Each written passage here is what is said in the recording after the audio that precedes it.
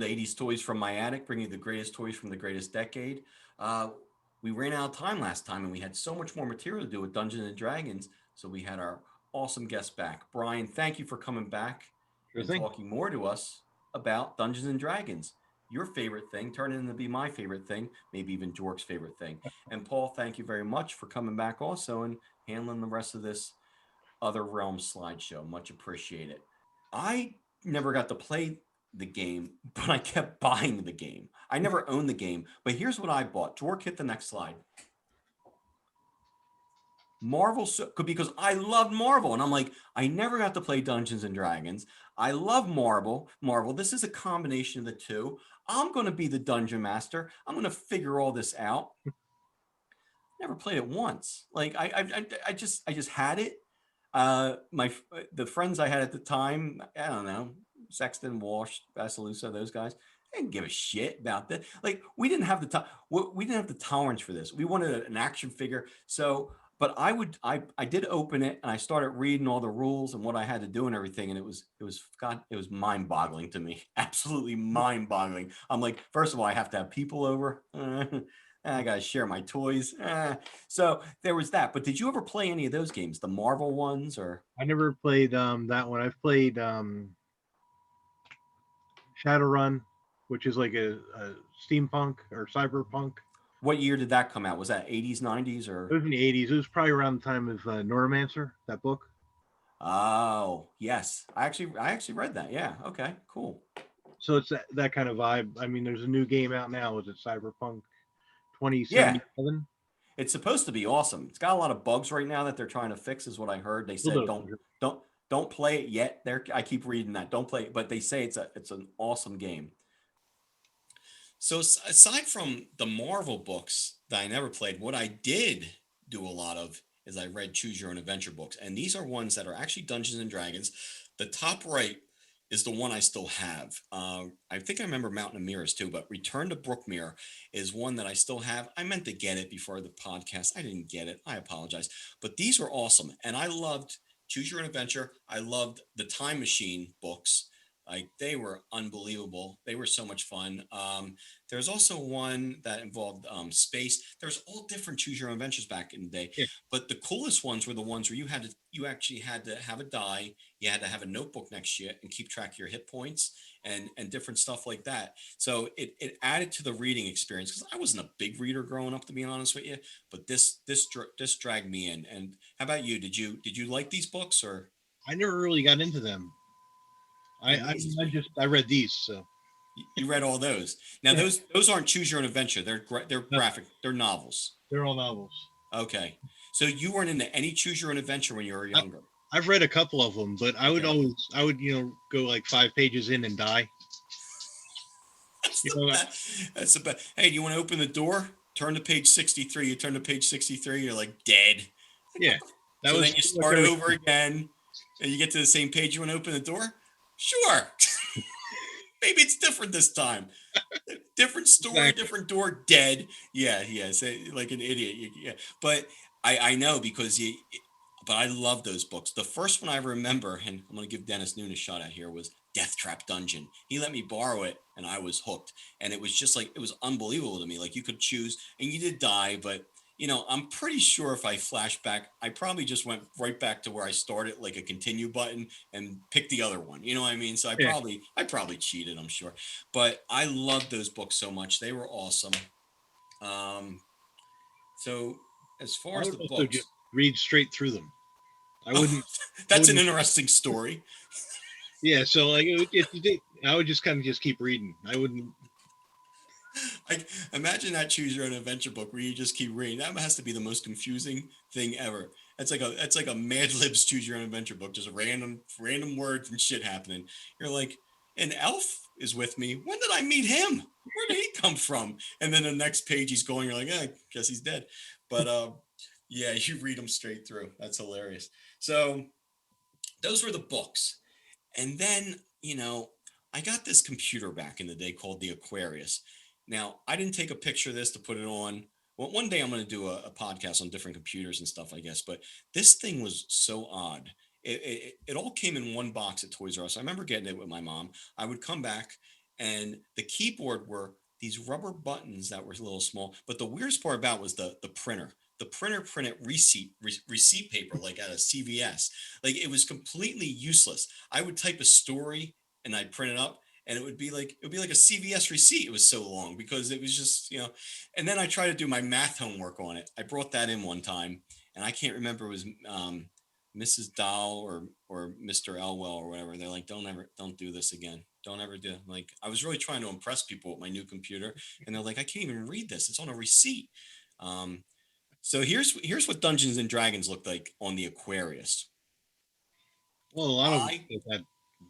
What's That's that? like C64 era there, right? Yeah. Oh, what, this one? It Or a little after.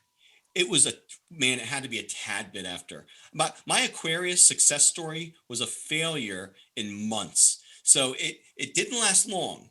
And oh, here's the other funny part about it. It didn't have floppy disk. If you wanted to record something, it record. That's it, man. Look at those blue buttons. If you wanted to record something, it recorded on a cassette tape.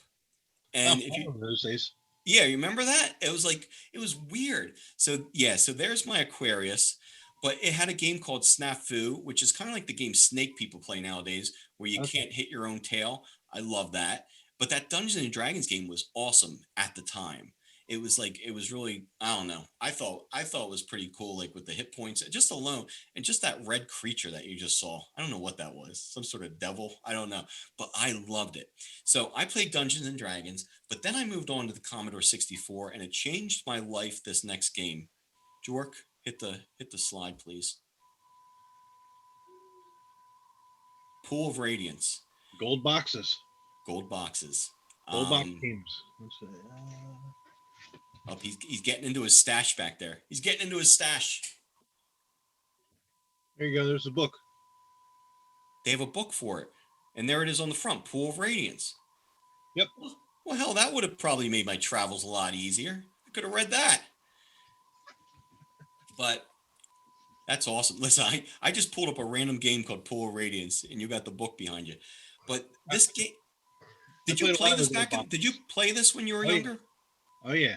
It was awesome. I mean, I know it looks primitive now, but it played just like a role playing game like would now. It was those little guys down there. You would tell each one what to do. And here's my guys. I had Macho Man. I had Rick Rude. I had Ric Flair. All my guys had wrestler names, except for one. I had Kellic, which is the classic guy. He was obviously my wizard, but from the cartoon and everything.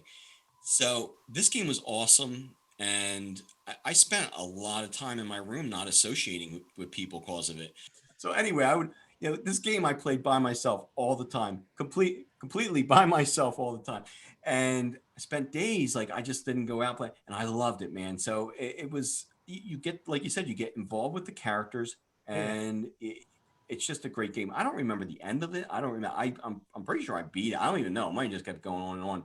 But for No, you played that. I remember there was Hills Far after that. right. There was a few, and then like from there, I just remember a whole bunch of ones opening up. Now there was role playing games before this, of course, but that was my first one I really felt like was involved. I think it's GOG.com. It's like a Steam kind of thing, and they have the gold box games on that. What's it called? GOG.com. Oh, okay. And I can actually play on that. Well, it's like I said, it's like Steam, so you like buy the game. Okay. I mean, like $5-10 if that. You could probably get the whole bundle for like 15. I'm gonna do that. You're never gonna see me again. Hey, Paul Dwork, podcast is done. See ya.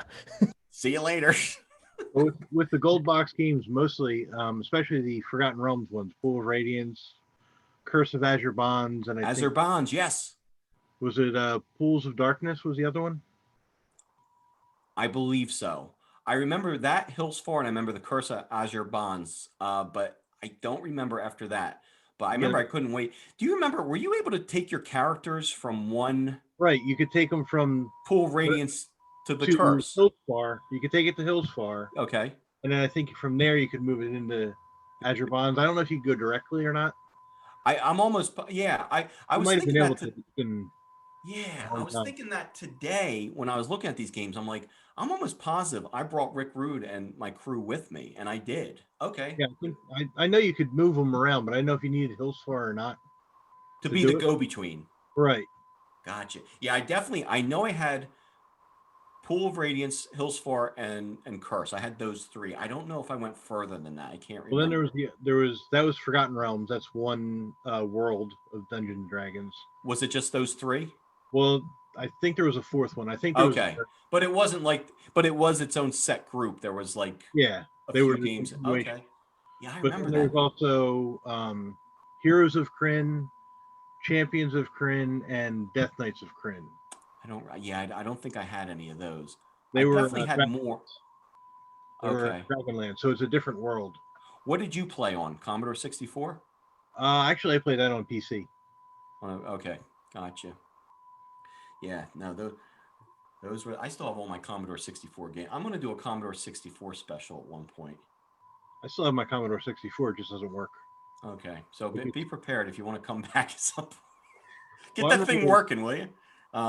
But I don't have the Commodore 64, but I have the discs. I saved all of them, but that's all I have. So you get those the were magazines with the programs in them. You try and put them in there and play the games. It, yes. it never worked. Or you get like You a box to move around the screen, you tried. and it never worked for me. Never I never worked. got it. Never worked. But those were great games, and like I said, they built onto from there. I mean, you're talking about World of Warcraft.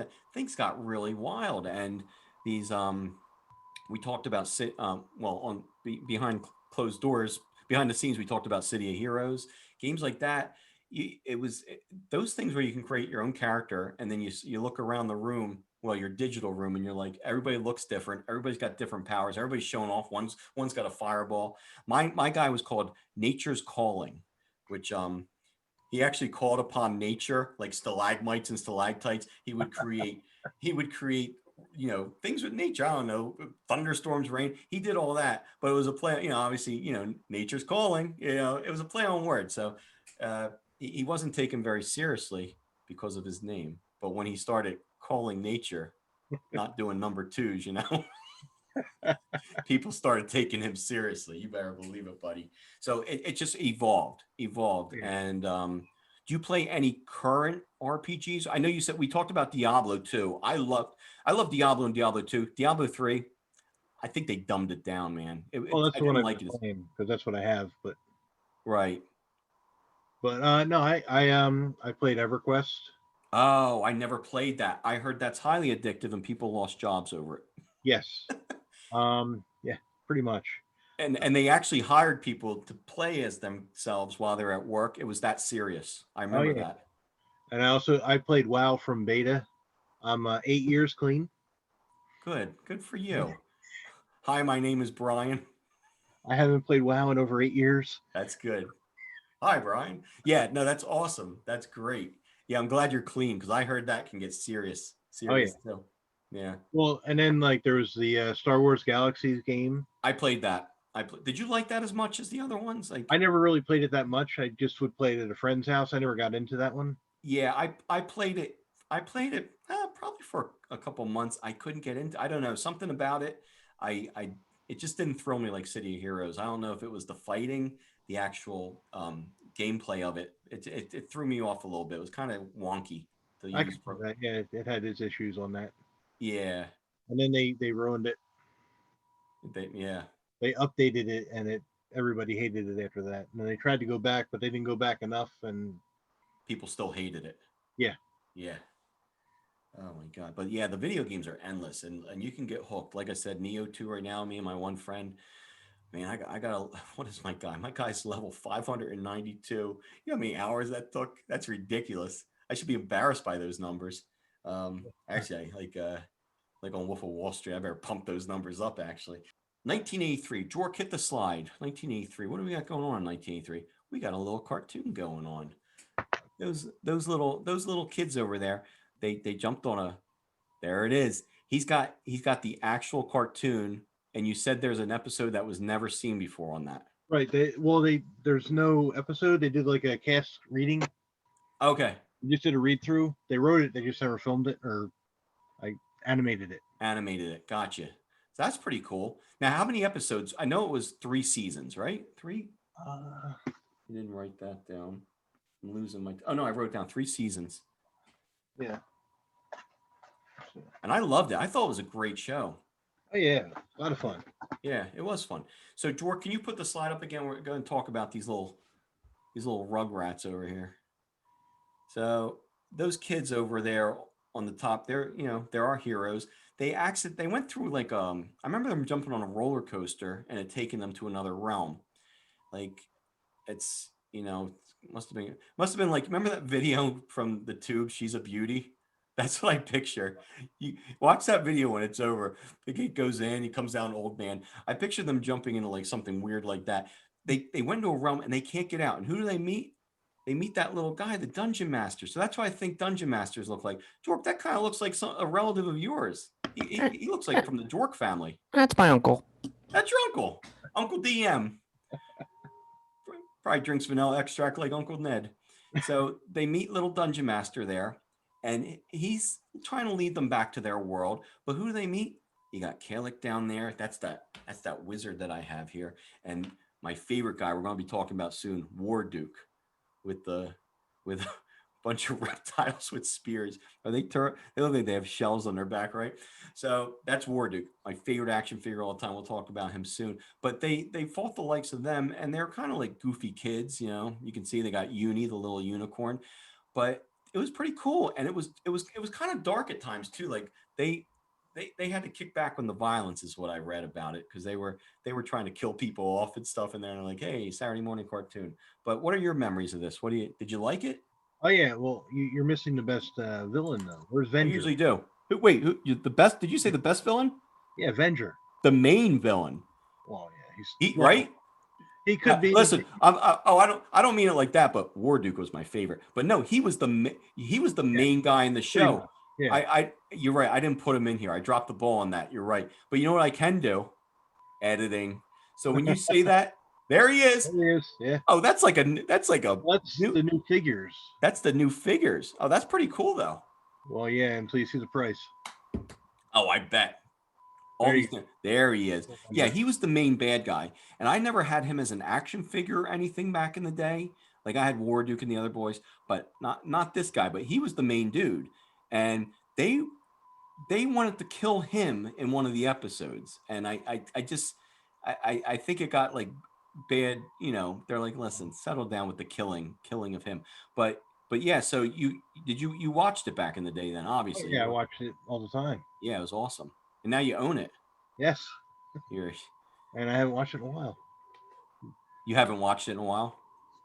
You got to find time to do that when you're not playing video games or Dungeons and Dragons. There's not enough time to have podcasts, play video games, and watch old cartoons.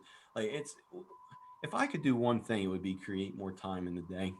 Oh, and less time of that day that I'm working. That would be nice. I don't like that would be nice, yeah. But we gotta do what we gotta do. Okay, so there's the cartoon. We both loved it. Then there were the action figures. George, hit the next slide, please. There's just a few of them. There was a bunch back in the day, but these are the ones that I actually have. Zarek, the half orc. There he is, the little assassin. He came with a little knife. He's like, gonna get you. Kind of like that little troll with the cat, with the cat. Remember the Cat's Eye trilogy? And then we had. Remember that movie? That was awesome. That was a scary troll, whatever it was. Yes. He was sucking your breath out. Yeah. So, but yeah, you're sleeping. It's like. Oh, then it had the little. Thank God for that cat. Oh yeah, saved the day. Cat's Eye, man. He's like just. And then that cat, he would. I remember him being on the top of the building, scaling around, getting to the next. That cat had a lot of adventures. Just like your cat. It's a cute cat. And then we have Strongheart. Here's Strongheart. And who do we have? Oh, did I talk about who else do I have? Oh, Zorgar. I was trying to think of what the pictures were again. Zorgar is next. And Kalik, the wizard. Now Zork. Who's Zork? Hey, Zork. That was a game. Yeah. Hey, Dwork. Hit the next slide. I hit the same slide. I'm sorry. I always found it funny. If you take his little outfit off, look at what he's wearing. He goes from a cool wizard to being like somebody's grandpop. And Yeah, it's real. Like if you go on, yeah, he's wearing these old tattered pajamas. It's so strange. So there's those guys. But here's my two favorite guys. Dwork, hit the next slide, please. War Duke and Grimsword. Now, as a kid, I played a lot with action figures, probably more than anything else I did. And I had a wrestling league. And I earlier, you saw the earlier episodes, my dad made the ring and everything. War Duke was my champion more than anybody.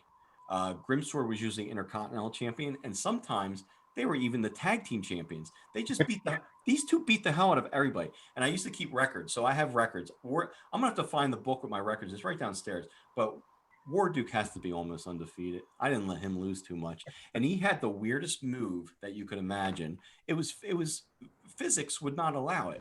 He would literally fly. He would fly across the screen like this, and hit the guy's head and bring him down. Like he would fly. Like I, it defied all physics. But he was War Duke, so he could do whatever the hell he wanted to, as far as I was concerned.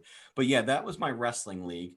Now you saw the last episode. I didn't have Storm Shadow or Destro because I put them in my favorite figures category. And I'm sorry because part of me feels like I insulted Grimsword by having him, but part of me is happy because I didn't lose him by putting him in my secret favorite figures spot. So I got to find War Duke. I got to find War Duke, Snake Eyes, Destro, and Storm Shadow in a secret spot that I hid my favorite figures. Maybe by episode 80 I'll find that secret spot. But did you have any of these figures back in the day? Did you play with No, I these? never had any of them. No, there wasn't enough time. You were playing the real Dungeons and Dragons game. Yeah. Yeah, I'm over here playing with action figures. You're actually playing the game. I got a secret spot. Yeah, I bet you the Baroness found it. Bet you the Baroness found that spot. You little sicko. Those are the action figures. And where did they all hang out? Right behind me. Dwark, hit the next slide, please. Fortress of Fangs. Probably one of my favorite play sets, if not my favorite. This thing was filled with so many traps and everything. It was super cool. And like I said, it's right behind me. I love it. All the little traps still work. Jork, can you hit the next slide, please? Those are some of the traps. If you go up the stairs, watch out. Big axe is going to come down your head. Don't walk through that hallway. We got a spiked wall coming through. Looks like something you would see in like Contra. Remember Contra would Oh yeah. You'd have to make it through those spiked walls. And then also you see that last picture. If you're standing on that, you're not standing there too long because my little 8-year-old fingers pushing the button and shooting the action figure into the next room. Well, it didn't shoot that far, but in my mind it did. Well, yeah. So this was the Fortress of Fangs. I loved it. I still love it. And I'm currently turning my the one bedroom upstairs into my office for the podcast. And the office is going to consist of things like this all over. All my toys are coming out of the attic. My new page is going to be called 80s Toys from My Office. That doesn't sound as catchy, but I'm bringing everything down to the office. Or it's going to be called How I Got Divorced. How I got divorced. Exactly. She fully supports that room. I'll try not to take it too far with the toys. I don't want Dwork's miserable ending to my life. Thanks a lot, Dwork. Now I gotta worry about. She watches these, Dwork, by the way. She'll be very offended by that statement you made. All right. Well, much like War Duke when he hops on his trusty horse Nightmare, it's time for us to take off. So, Brian, thank you so much for coming here. Very so full of information. You filled me on stuff that the Lurch has never told me back in the day. So thank you for coming. I know it's a oh shit. Uh-oh. What the hell? Well, what the hell? So it turns out James is not the only Cabbage Patch Kids on this show. Okay, so we got an Ewok behind you. Oh. This was the how Satan was influencing you through your He-Man figures. Yeah, Trapjaw. Trapjaw probably had a lot to do with that, I would imagine. I know. Yeah, you know what? One time we're going to maybe that's another episode. We go through that book and all the stuff they talk about and just make fun of it for a good half hour. That It's sounds actually about. the same lady who wrote the Dungeons and Dragons one, just a different name. Is it really? And she's from Lancaster. Well, she died recently, but Oh, I was just going to say, let's get her on. I was going to ask her to subscribe, actually.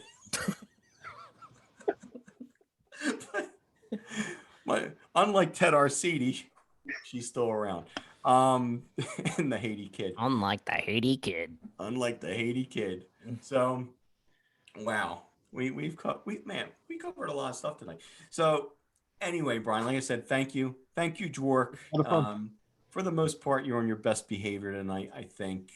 Aside from the getting girlfriends, divorce comments, and your special spot, it went pretty good for you. And Paul, thank you very much behind the scenes.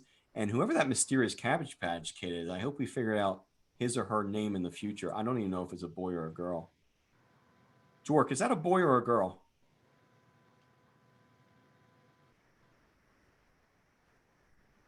Jork doesn't have a clue. Jork couldn't identify gender if that thing gave its birth certificate to it. So the hell is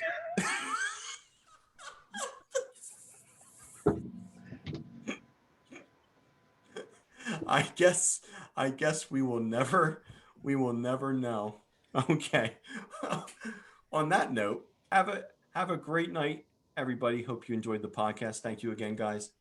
And guys, Bye. bye. And Dwork, what about these people? Don't forget to do what? Hit the subscribe button. Hit the subscribe button. Thank you very much, Dwork. Take care. Have a good night.